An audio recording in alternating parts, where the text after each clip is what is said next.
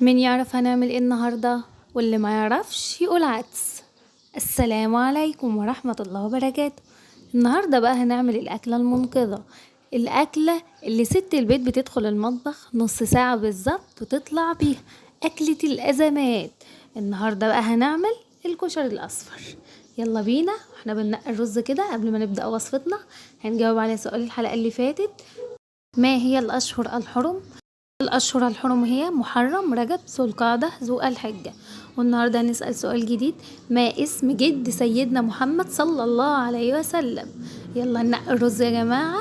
ننقي الرز تنقية حلوة كده، نشيل فيه الطين الصغير، ولو في رزية شكلها مش حلو كده نشيلها.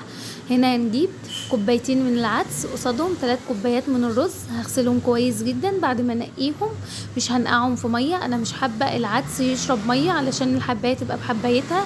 وفي حلة على النار هحط شوية زيت حلوين، وهحط الرز والعدس المغسولين ومصفين كويس جدا. هديلهم تشويحة كده بحيث ان الزيت يتغلف، ان الرز يتغلف بكل الزيت اللي في الحلة. وهضيف عليهم مية مغلية، مش عايزة المية تكون كتير، يا دوبك فوق الرز حاجة بسيطة لان العدس ما بيشربش مية كتير. وهحط عليهم نص معلقة ملح، يعني الرز قصاد كل كوباية رز كوباية مية، وكوبايتين العدس قصادهم كوباية بس مية.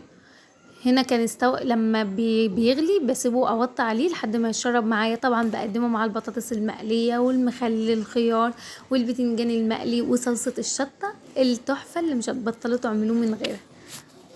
وبكده اكون خلصت معاكم وصفه الكشري الاصفر.